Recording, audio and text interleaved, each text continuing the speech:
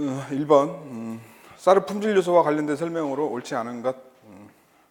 식미, 완전미, 불완전미 이런 거 다 그 유전적 특성이 더 많이 좌우를 하죠. 재배 특성이나 뭐 환경 특성보다는. 그다음에 완전미, 불완전미 이런 거는 환경 특성, 환경의 영향도 많이 받는 거고요. 1, 2번은 맞는 질문입니다. 그다음에 복백미는 인디카 품종이 많이 발생했는데 그랬는데 복백미는 그 인디카 품종에는 발생하지 않아요. 거의 발생이 없다 이렇게 보시면 되고. 그다음에 4번 유백미는 약세 영화에 많이 발생하고 도청하면 쌀아기로 된다. 그렇죠. 우리가 이제 불완전미에 보면 이제 신백미, 복백미, 배백미 이런 종류들이 있잖아요. 주로 이제 그 위에 신백미,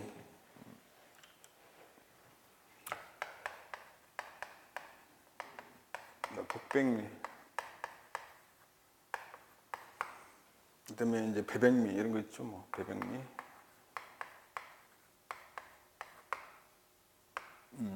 그다음에 기백미 밑에 쪽에 뭐 이런 종류인데 이런 것들은 주로 이제 상부지경이 많이 발생이 돼요. 상부지경.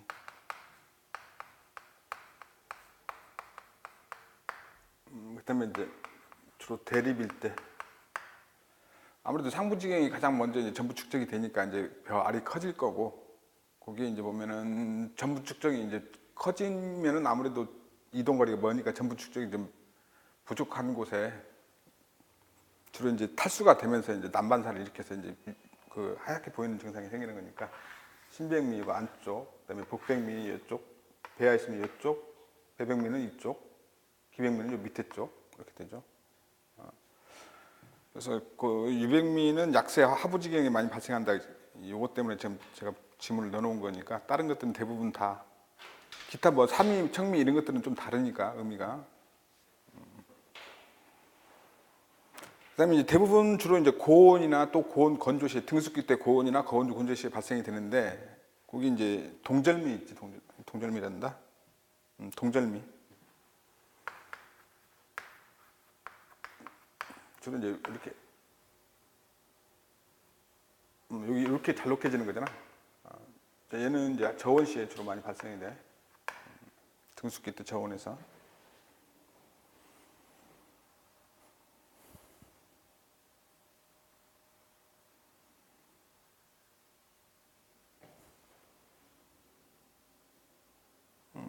그다음에 좀 참고로 또 알아야 될 게 이제 삼이 종류는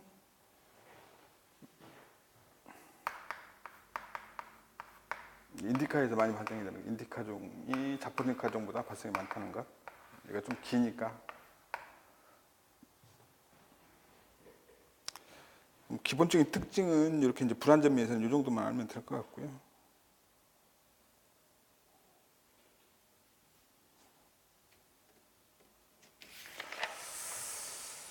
그 다음에 2번 우리나라 재래 품종에 대한 특성으로 옳지 않은 것.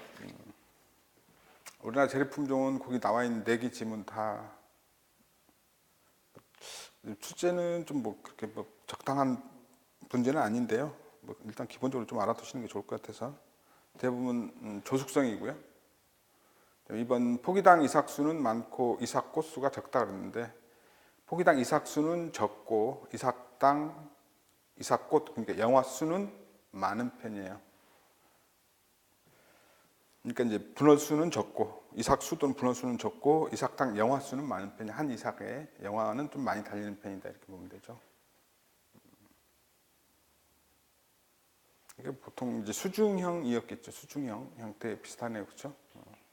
3번 일반적으로 대립종이 적고 벽시에 까락이 있는 그 까락은 주로 재래종이 많았고 지금 거의 뭐 없죠. 요즘 품종들은 거의 없다 이렇게 보시면 되고. 그다음에 저온 발화성, 가뭄 견디성, 내한성 등도 강하고 또 도열병에는 약한 편이다. 그래서 뭐 최근에 이제 개발된 게 도열병에 강한 품종들이 이제 육성된 것들이 있죠. 그래서 이제 생각해 보는데 이것보다는 이제 그 올해차 뭐 저기 서울시 시험에도 나왔었고 그다음에 7급 시험에서는 이제 나왔었는데 그 벼 품종들이 있죠. 도입 품종부터 시서 1910년대 이제 보면은 이제 도입 품종들이 있었어요. 일본으로부터 이제 일출, 이제 조신력 이런 품종들이 이제 도입이 돼서 이제 재배가 됐었고요. 주로 도입 품종 시대였던 1910년대. 이제 1930년대부터 이제 그 품종 육성이 시작됐는데, 요때 이제 그 근연교배 품종. 근연교배 품종으로는 이제 남천 1호, 남천 13호, 1호가 아니라 13호. 이게 이제 자포니카하고 자포니카 형태 종을 교배한 품종이에요. 근데 이제 그 다음에 이제 1971년대 통일벼 시대죠. 1971년대 통일벼. 얘는 이제 그 원년 교배예요.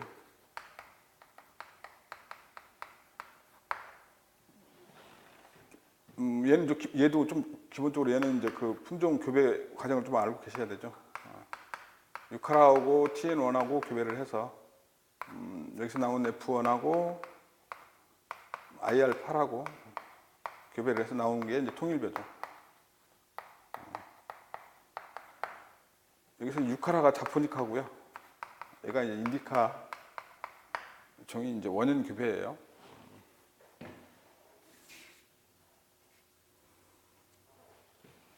그다음에 이제 1990년대 들어서는 이제 뭐 복합 저항성, 그다음에 이제 측파 적응성, 생력 재배를 위한 측파 적응성 이런 품종들이 많이 재배가 됐고요. 그다음에 이제 밥맛이 좋은 대표적인 벼가 이제 일품벼예요.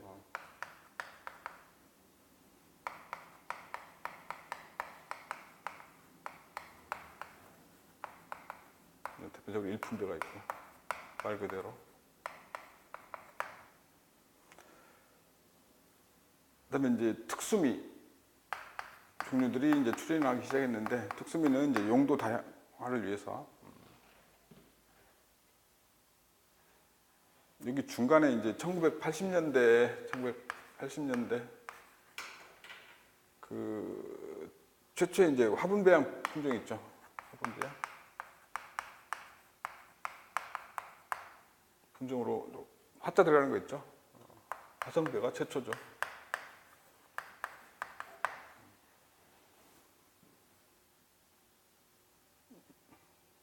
1980년대.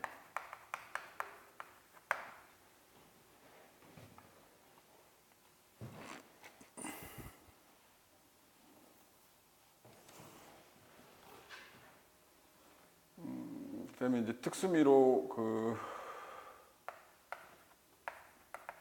도열병 3개 균주의 저항성이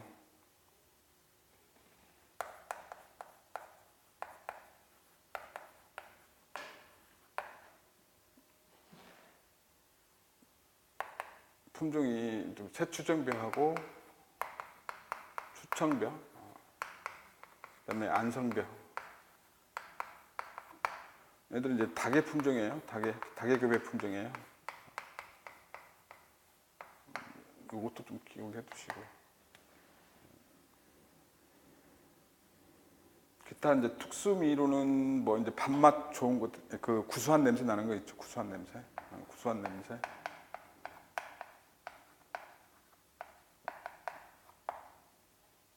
향자 들어가는 거 있지. 향남벼.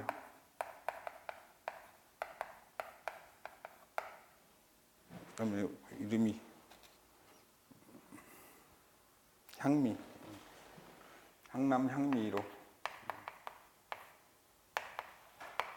그다음에 주정용. 얘는 뭐 이름 양조벼 이렇게 돼 있으니까 금방 뭐 기억이 되죠. 양조.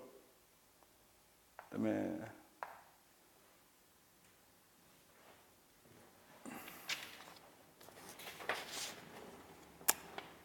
발효식품용.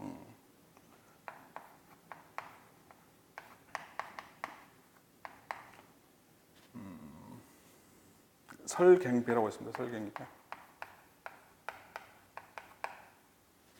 그다음에 이제 유생미는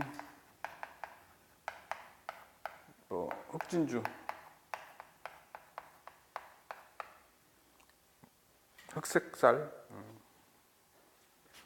흑남 이런 것들이 있고요. 그다음에 이제 아밀로스 함량이 높은 거, 한 27% 가까이 되는 것. 여기 이제 백진주뼈가 있고요.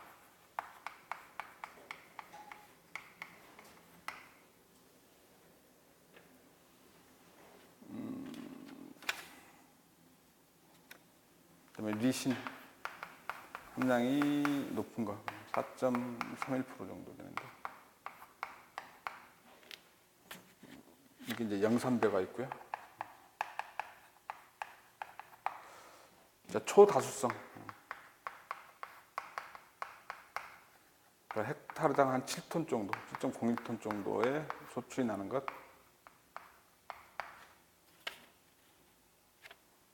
다산배하고 남천배가 있어요.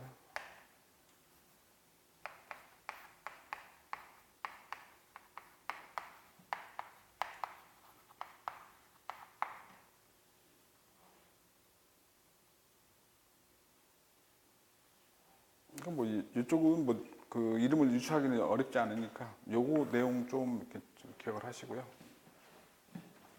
이쪽 내용은 기존에 이제 7급 문제에서는 출제가 됐었어요. 여러분들 모의 문제에서 출제가 제가 한 걸로 알고 있는데 좀 한번 봐두시고요.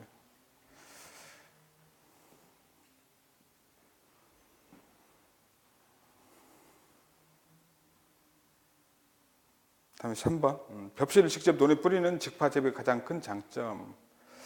뭐 근본적으로 이제 노동력을 줄일 수 있는 게 가장 큰 장점이죠. 답은 2번이고요.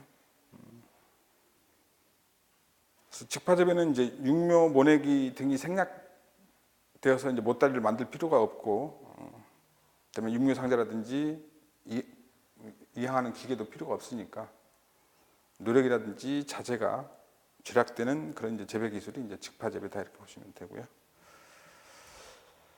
그 또 생력 재배에 반드시 필요한 재배 기술이 이제 직파 재배죠. 생력 재배 시에는. 근데 이제 어려운 점이 이제 임모가 좀 직파 재배는 많이 불량하고 도복하기 쉬운 그런 이제 특성이 있고 잡소 발생이 많기 때문에 이러한 문제들이 해결이 돼야지 직파 재배가 많이 이루어질 수 있다 이렇게 보시면 되고. 그 직파 재배 종류에는 직파는 건답, 직파, 담수 직파 이렇게 돼 있죠.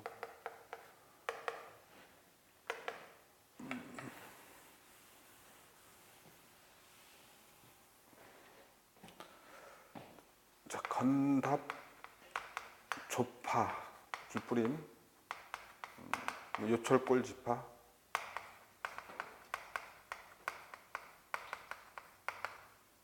그다음에 부은경운 지파 이런 것들이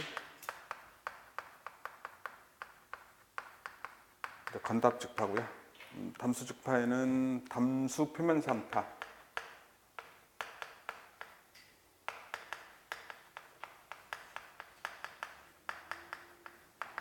논물을 대고 구에다 그냥 뿌리는 거죠. 이게 뜬모가 많이 발생이 되겠죠. 그다음에 이제 문온골산파, 문온골산파. 얘는 이제 그 물을 이제 깊이 되지 않고 이제 거기 뺀 다음에 이제 논이 이제 젤 상태로 된 상태에서 이제 파종하는 게 이제 문온골산파고요. 이러한 단점, 이제 뜬모라 이런 걸 방지하기 위해서 이제 좀 그 서로 이제 기계를 이용해서 이제 그 토중에다 심는 이제 토중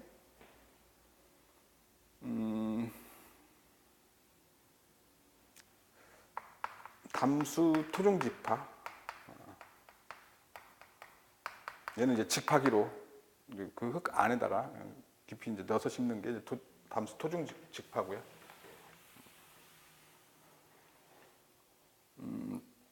그다음에 담수 골 표면산파, 표면산파.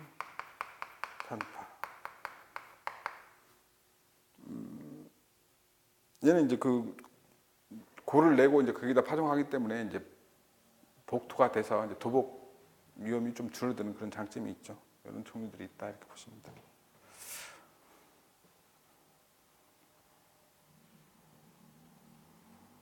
자, 4번. 자, 쌀의 일반 성분에 대한 설명으로 옳지 않은 것. 1번, 쌀 단백질의 소화 흡수율은 밀보다 적다 그랬는데 밀보다 소화 흡수율이 높아요. 쌀의 이제 그 단백질 소화 흡수율이 한 99.7%, 밀이 96% 정도 됩니다. 그다음에 옥수수 순으로 돼 있어요. 옥수수가 한 95%. 쌀이 한 99%, 99.7%니까 거의 100% 소화된다 이렇게 보시면 되고, 그다음에 밀 96%, 그다음에 옥수수 95%좀 돼요. 답은 1번이고요. 2번, 지방은 호분충에 많이 포함되어 있죠. 전분충이 아니고 호분충, 그것도 바꿔서 많이 추제가 되죠. 되어 있으며, 쌀기름은 반건성유예요. 건성유 아니고 반건성유이고, 그다음에 2번, 쌀기어나 쌀류는 백미에 비해서 단백질 함량이 2배 정도 높습니다. 2배 빼고 그냥 높다 낮다 이렇게 식으로 출제가 되니까 높다라고 좀 기억을 하시고요. 그다음에 필수 아미노산 함량은 밀보다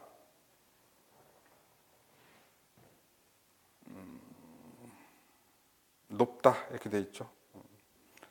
그래서 밀보다 성장기 어린이에게 좋은 리신 함량이 쌀에 더 많다 이렇게 보시면 되고요.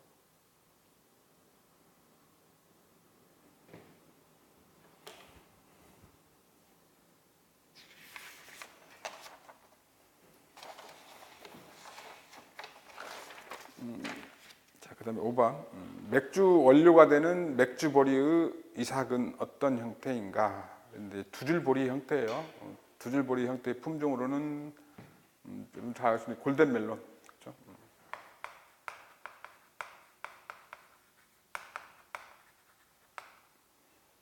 그다음에 사천,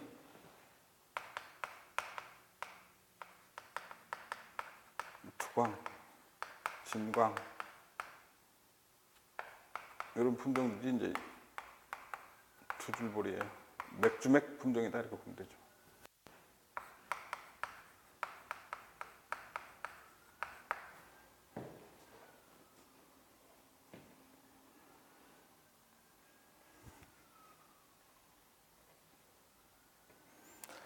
자, 6번, 출수기 이후 질소와 카리질 비료가 결핍될 때 사질답, 노화답, 그쵸, 뭐 여기 보기 지문 보면 바로 나와야죠. 답은 추락답 등에서 발생이 많고 야간 기온이 높고 그다음에 또 흐린 날, 비가 오는 날이 일수가 많아질 때 많이 발생하는 병에 대표적 가스무늬병이죠.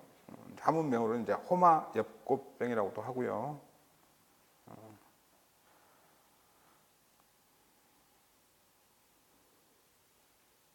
주로 이제 뭐 얘도 이제 그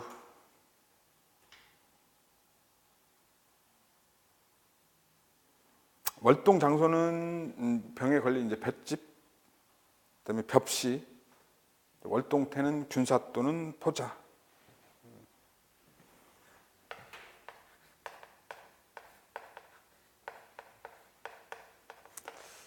월동 장소나 월동태 이런 것들은 기본적으로 식물 병량에서 좀 중요하게 취급을 해요. 그래서 저는 이제 괜히 높아지면서 이렇게 설명을 하는데 뭐 공무원 시험에서 그렇게 많이 자주 출제되는 것 같지는 않아요. 내용들 자체는. 월동 장소,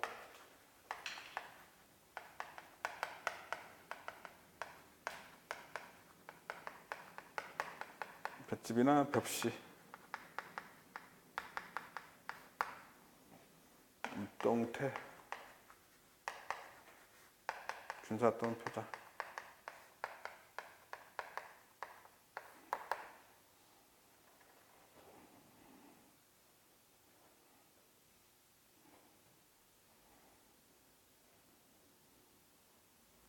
발생 환경은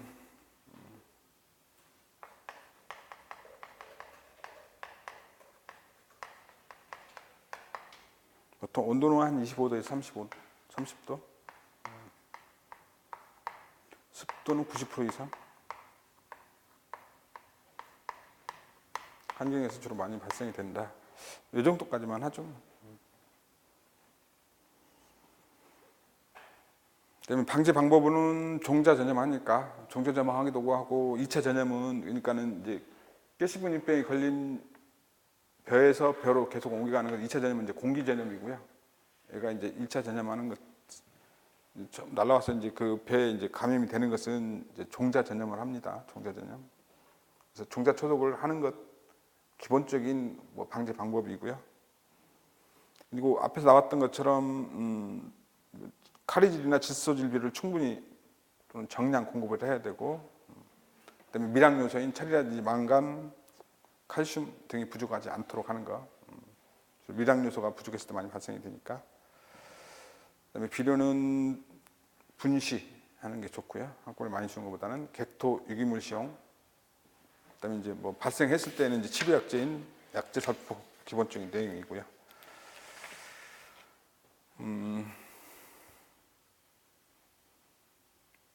7번 문제도 이제 좀 지엽적인 문제이긴 해요. 뭐 과거에 나와지는 않았던 문제니까 뭐 참고해서 좀 봐두시는 게 좋을 것 같고. 이끼가 많이 발생하기 쉬운 조건 1번 녹물 중 질산태 질소와 인산 성분이 과다할 때. 그렇죠? 맞는 질문이고요. 온도는 좀 높을 때 22에서 30도씨 좀 높을 때. 토양 산도는 주로 알칼리성 토양에서 많이 발생이 됩니다. 산성보다는. 이끼는 알칼리성 토양에서. 그래서 이제 보통 pH 8 내지 9 정도. 그 정도의 이제 알칼리성 토양에서 많이 발생이 된다.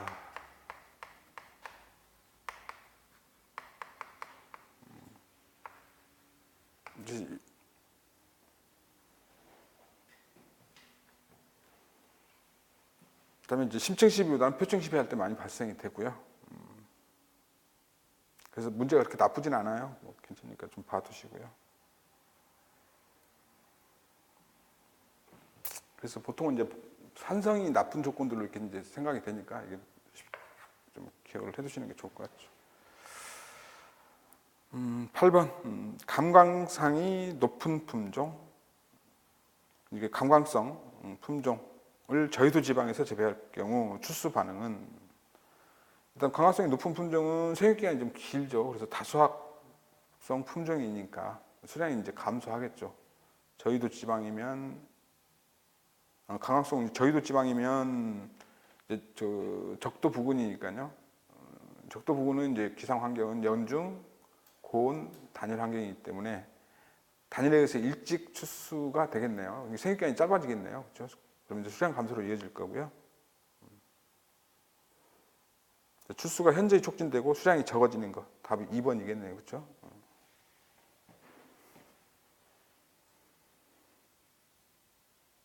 자, 9번. 콩의 생태에 대한 설명으로 옳지 않은 것. 1번. 종자의 발육 과정에서 배유 부분이 퇴화되고 배가 대부분을 차지하기 때문에 무배유 종자라고 한다. 콩은 대표적인 무배유 종자죠. 두류는 대표적인 무배유 종자. 떡잎의 양분을 저장한다. 이렇게 보시면 되고요. 2번.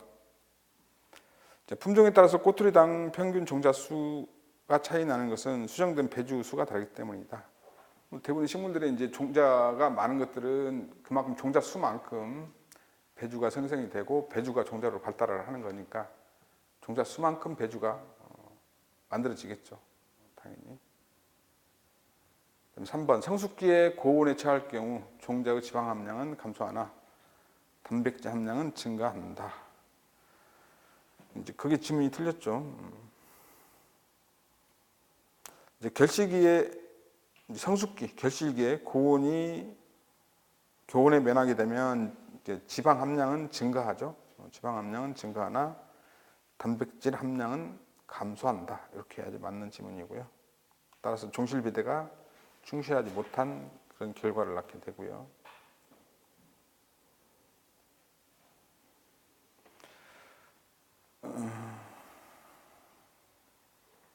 그다음에 4번.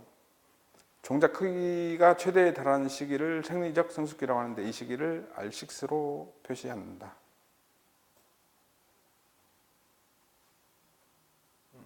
생리적 성숙기. 생리적 성숙기는 R6.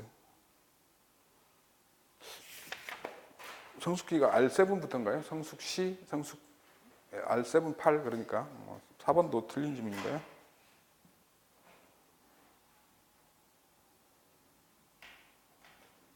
제가 표기를 좀 잘못했네요. 여기 문제는 이제 그 R6 보통 생리적 성숙기는 R6로 표현을 합니다. 맞는 질문이고요. 우리가 이제 그 표시 기호 표시는 좀 다른 문제고요.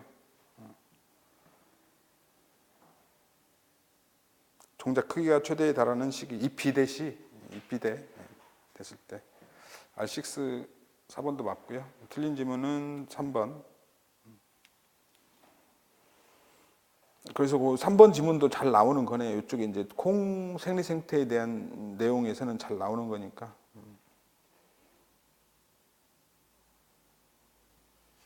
그래서 이제 뭐 개화기 때 이제 저온에서는 이제 임실 방해 등에 의해서 배주 수가 적게 형성이 돼요. 그러면 종자 수가 적어지죠. 그래서 주로 또 저온일 때는 이제 폐화 수정이 잘 일어나고요.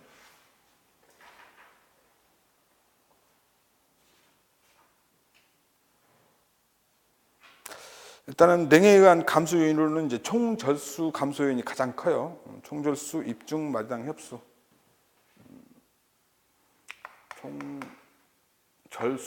총절수면 마디수죠, 마디수, 그죠? 총 마디수가 적어지고 가장 크게 영향을 입고요. 냉해 때, 냉해.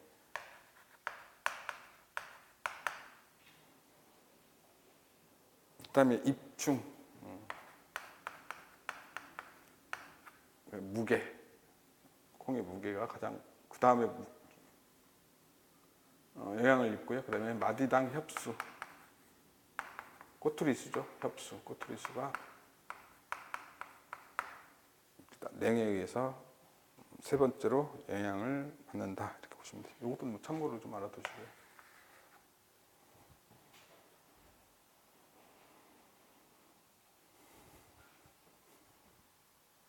아무튼 냉에 의해서 총절수 감소가 가장 크고요. 그 다음에 입중, 그 다음에 마디당, 꼬투리수, 협수.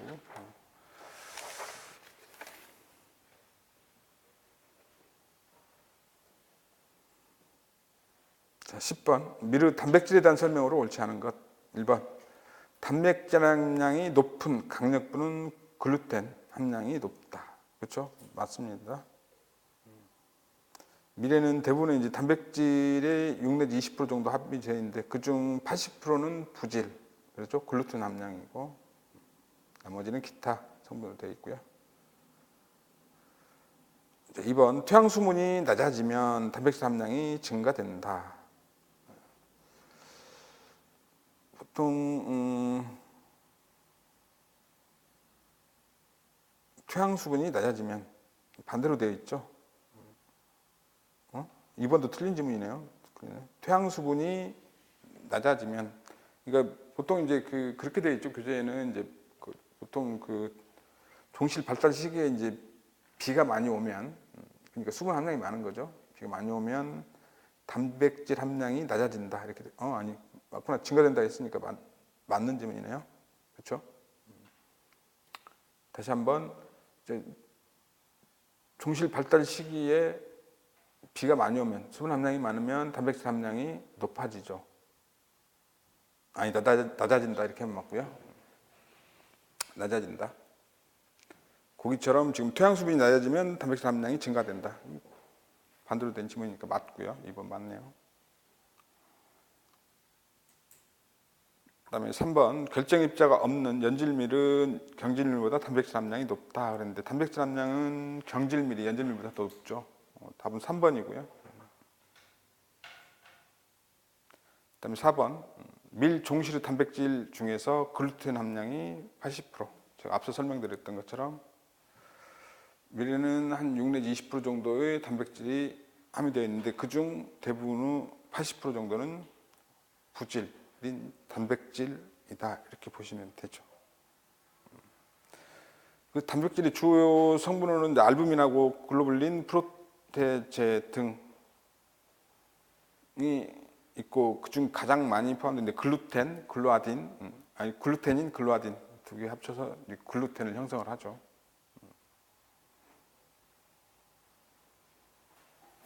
주로 이제 글루텐 함량이 많은 것은 빵용, 신전성이 좋기 때문에 빵용. 그다음에 이제 글루텐 함량이 좀 적은 것들은 뭐 비스켓, 과자 용도로 사용이 된다. 이제 그 입질, 이제 경질분, 연질분 이렇게 되어 있는데 경질분은 일반적으로 단백질 함량이나 부질 함량이 연질분에 비해서 많죠. 연질분에 비해서. 그다음에 신전성이 있기 때문에 빵용 경질분이, 연질분은 가락국수나 비스켓 튀김용. 그래서 연질분은 좀 매끄럽고요. 경질분은 좀 만져보면 까끌까끌한 그런 느낌이 있는 게 경질분이다 이렇게 보시면 되죠. 11번 맹류 포장 재배 시 종시를 수확하는 예치젓기 이렇게 되어 있는데, 예치젓기는 이제 보리 같은 경우는 추수 한 35일에서 40일 정도, 이제 미리 한 4, 5일 정도 늦죠. 한 40일에서 45일 정도 예치젓기인데, 보통 수물 함량으로 봤을 때는 40% 정도 때 예치를 해서 이제 20% 정도까지 건조시킨 후에 탈곡을 하죠. 그때 봤을 때는 황숙기가 되겠네요. 답은 1번이고요.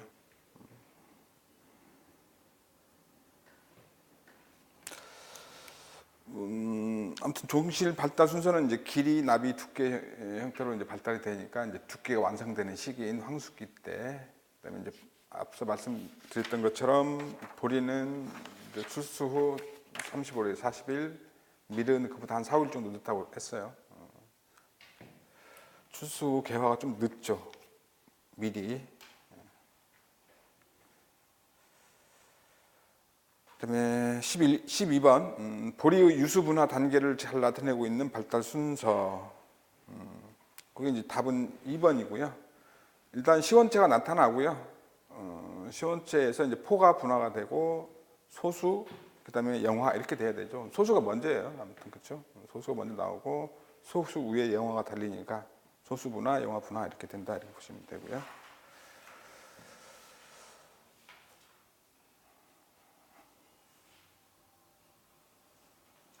답은 2번이고요. 13번. 다음 잡곡 중에서 파종 적기가 일반적으로 가장 늦은 것. 답은 메밀인데, 메밀이 이제 파종 적기가 이제 7월 중순에서 하순경. 일단은 뭐 잡곡 중에서는 가장 늦습니다. 메밀이. 그다음에 보통 이제 중부지방은 7월 상중순, 그다음에 남부지방은 이제 8월 하순에서 7월 하순에서 8월 상순 정도까지가 이제 파종 적기다 이렇게 보시면 되고요. 중부, 남부 아무튼 7월 하순 정도부터가 이제 파종 적기니까, 중하순 정도부터가 파종 적기니까, 옥수수는 보통 하우스 재배에서는 2월 정도에 파종을 하고요. 직파 재배 시는 4월, 그다음에 이제 가을 재배 시는 7월 하순 이렇게 돼 있어요. 수수 같은 경우는 이제 4, 5월 중순까지, 맥구작 시에는 이제 6월 중하순 이런 정도 되고요. 조 같은 경우는 이제 봄조는 5월, 거루조는 6월 이렇게 돼 있으니까 파종 적기 가장 늦은 것은 메밀이다 이렇게 보시면 되고. 자, 14번 콩의 근류균에 대한 설명으로 옳지 않은 것. 자, 근류균은 호기성 세균이고 지표면 가까이지 혹이 많이 발생이 되죠. 지표 가까이. 최적 활성 온도는 좀 높은 편인 25에서 30도씨. 그다음에 pH는 6.45에서 7.21. 그다음에 질소비를 많이 시비하면 근육은 활성이 떨어진다. 근육에는 공중 질소를 질산태 가지고 암모니아태죠. 암모니아태로 고정한다. 그러니까 이제 흡수는 질산태 형태로 많이 흡수가 되고요. 고정하는 형태는 암모니아태. 그다음에 식물에 공급하는 형태도 암모니아태 이렇게 좀 기억을 하시면 좋겠지. 그래서 근육에는 이제 생육이라는 질소 고정이 왕성한 조건 해서 이제 우리가 뭐 여러 차례 이제 반복을 했으니까 뭐 교차할 때도 그렇고 그다음에 뭐 단원별 기출 문제 또는 이제 기출 문제 등에서 많이 나왔던 문제니까요. 활성 온도는 위에 나온 것처럼 25에서 30, 토양 산도는 6.5, 6.45에서 7.21. 그다음에 토양 수분이 넉넉한 곳, 그다음에 토양 통기가 잘 되는 곳. 이유는 이제 호기성 균이기 때문에, 호기성 세균이기 때문에 토양 통기가 잘 되는 곳. 그다음에 칼이라든지 인, 칼슘, 부식 등이 풍부한 곳 이렇게 돼 있었죠. 저기 안 나온 게 칼이라든지 인, 칼슘, 부식 등이 풍부한 곳.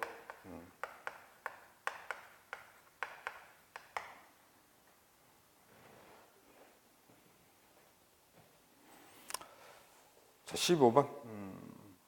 고구마 육묘에 대한 설명으로 옳지 않은 것. 묘상은 바람이 잘 통하고 차광이 잘 되며 침수 우려가 없는 곳에 설치하는 것이 좋다. 뭐 차광이 잘 되고 침수 우려가 없는 곳, 뭐 이런 것들은 다 뒤에 있는 거 맞고요. 묘상에 이제 바람이 잘 통하고가 틀린 지문이죠. 바람이 막히고 이렇게 돼 있었어요, 그렇죠? 답은 1번이고요. 그다음에 2번 양열원상 육류법에서 발열 지속 재료는 바속 지속되면 낙엽이죠. 그다음에 발열 주 재료는 볏짚, 그렇지만 새, 두엄, 그다음에 건초 이런 것들이 이제 발열 주 재료고요. 발열 촉진 재료는 이제 겨, 닭똥, 똥 종류, 말똥, 그다음에 이제 모카씨, 그다음에 사람똥, 인분뇨, 황산암모늄, 요소, 석회 이런 것들이 이제 발열 촉진 재료, 지속 재료, 낙엽, 발열 주 재료 이렇게 세 개로 나눠져 있었죠. 그다음에 고구마 싹 트는데 적합한 온도는 30 내지 33도. 그다음에 자랄 때에는 좀 낮은 23에서 25도 정도. 3번도 맞는 지문이고요. 묘상은 남북 방향으로 길게 만들어야 일사를 고르게 받을 수 있다. 그렇죠? 동서 방향보다는 남북 방향으로 길게 만들어야지 일사를 고르게 받을 수 있다. 동서 방향 하면 틀리죠. 많이 바꿔서 출제가 됐었으니까.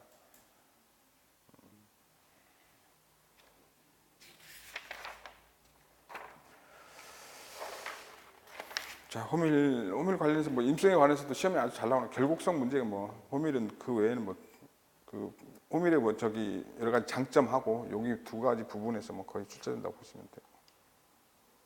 호밀 임성에 대한 설명으로 옳은 것 1번. 자가수분 시키면 화분이 암술머리에서 발화가 되지 않는다. 그렇죠? 자가불합성이죠. 호밀은 자가불합성에서 타가 수정을 하는 타식성 작물이다. 이렇게 보시면 되고요.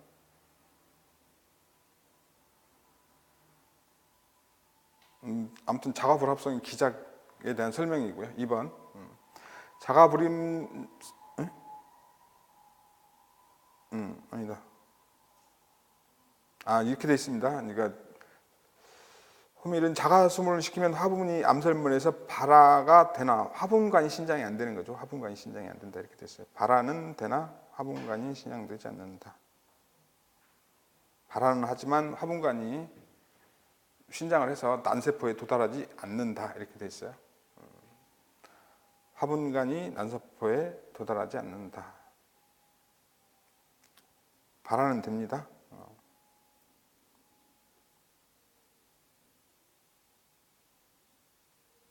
그래서 1번 틀린 지문이고요.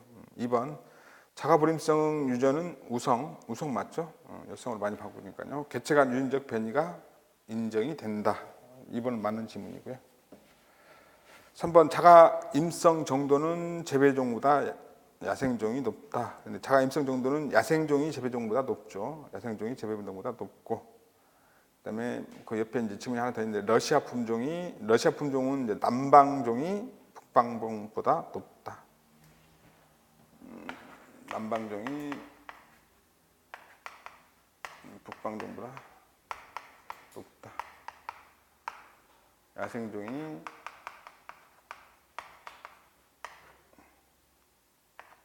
재배종보다 높고요.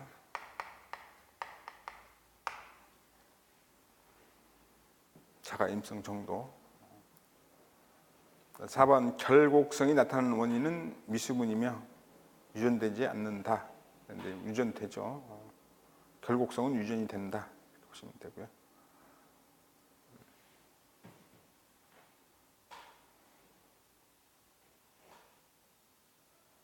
다음 17번 공후 작부책에 따른 품종 조건을 설명한 것으로 옳지 않은 것. 1번 밀식 재배는 밀식 적응성이 높은 광초폭형 품종이 알맞다. 밀식 적응성 품종은 이제 협초폭형이죠. 협초폭형. 이 옆으로 늘어지는 광초폭형 품종은 공간을 차지하는 면적이 크기 때문에 밀식 적응성에는 적합하지 않은 품종이고요. 협초폭형 1번이 틀린 질문이고요. 2번 평야지의 매우 작은 만식 적응성이 높은 감광형 추대두형 품종이 알맞다. 그렇죠? 몇 품종의 감광형, 추대두형, 그다음에 만생종 형태인 품종이 이제 평야지의 재배에 적합한 품종이다. 이렇게 얘기할 수가 있고요. 3번 혼작 재배는 도장과 만화가 적은 유한신육형 품종이 알맞다. 혼작 재배 시는 도장과 만화가 적은 유한신육형 품종. 그다음에 4번 고지되는 저온 생육성과 내능성이 강한 극조생종 스몰 B, 스몰 L, 스몰 T 형태 극조생종 품종이 알맞다. 4번도 맞는 질문이고요. 답은 1번입니다.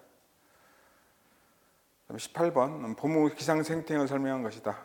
콩의 기상생태형을 설명한 것이다. 하두의 응용의 설명으로 적합한 것. 감광성이 낮죠. 감광성이 낮고 가문성이 높은 품종이고요. 그다음에 한계 일장이 하대두형이 길죠. 그다음에 추대두형이 짧고요. 앞서 설명드렸으니까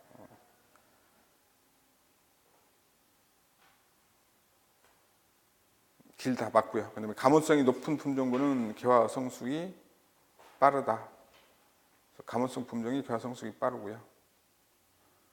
그다음에 대체적으로 하대두형이 소립, 경질, 백색인 것이 많다 그랬는데 하대두형이 보통 대립이고 연질이기 때문에 대립 품종이 많이 이용되는 반밀콩 또는 혼반용이라든지 그다음에 장콩용으로 많이 사용이 된다 이렇게 보시면 되죠. 장콩 또는 반밀콩용으로.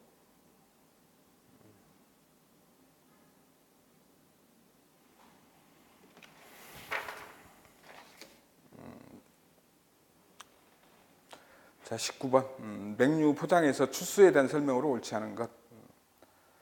1번 추파성은 영양생장을 지속시키는 성질이고 추파성이 큰 품종은 포장에서 추수가 늦은 편이다.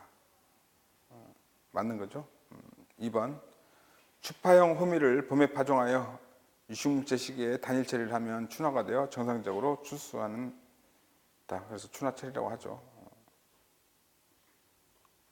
3번 맹류는 장일식물로서 추파성이 소거되기 이전에도 장일에 의해 추수가 촉진된다.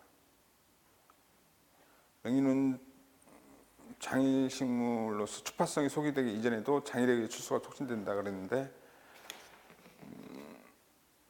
추파성이 소거돼야 되죠. 그렇죠? 좋은 단일에 의해서 추파성이 소거돼야 되지 장일에 의해서 추수가 촉진된다. 이렇게 해야지 맞는 질문이죠. 3번이 틀린 질문이네요. 4번 맹류 추파성 소고에는 저온이 유효하지만 추파성이 소거된 이후에도 고온에 의해서 추수가 촉진된다. 4번도 맞는 질문이고요. 그래서 맹류는 이제 7개 등급으로 이제 구분이 되어 있죠. 보통 1급에서 2급이 보통 춘파형, 그다음에 3급이 양절형 이렇게 보면 되고요. 4급에서 7급 사이가 추파형으로 나눌 수가 있죠.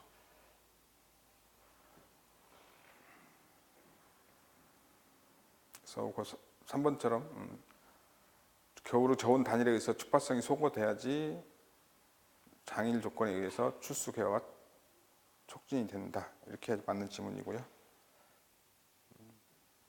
자, 20번 잡곡의 화기 구조에 대한 설명으로 옳지 않은 것. 1번. 조의 작은 이삭에는 한 쌍의 받침껍질, 호형이라고 하죠. 두 개의 꽃이 있고 상위의 꽃은 종자가 달리는 임실, 하위 꽃은 달리지 않는 부림. 그렇죠? 1번 맞고요. 2번. 수수 작은 이삭에는 유병소수와 무병소수, 쌍이 지어서 붙어 있고요. 유병소수, 자루가 있는 유병소수에는 종자가 달리고 무병소수에는 종자가 달리지 않는다. 반대로 되어 있죠. 무병소수에는 종자가 달리고 유병소수에는 종자가 달리지 않는다. 3번. 메밀의 꽃은 동일 품종이라도 장주화와 단주화가 반반씩 생기는 이형해 현상을 보인다. 그러니까는 보통 이제 메밀은 이형해예요. 그러니까 장주화, 단주화 대부분 비율이 비슷하게. 그다음에 3이형해 현상도 있어요. 중주화도 있는 형태가 3이형해를 보이는 거고요. 메밀은 이형해.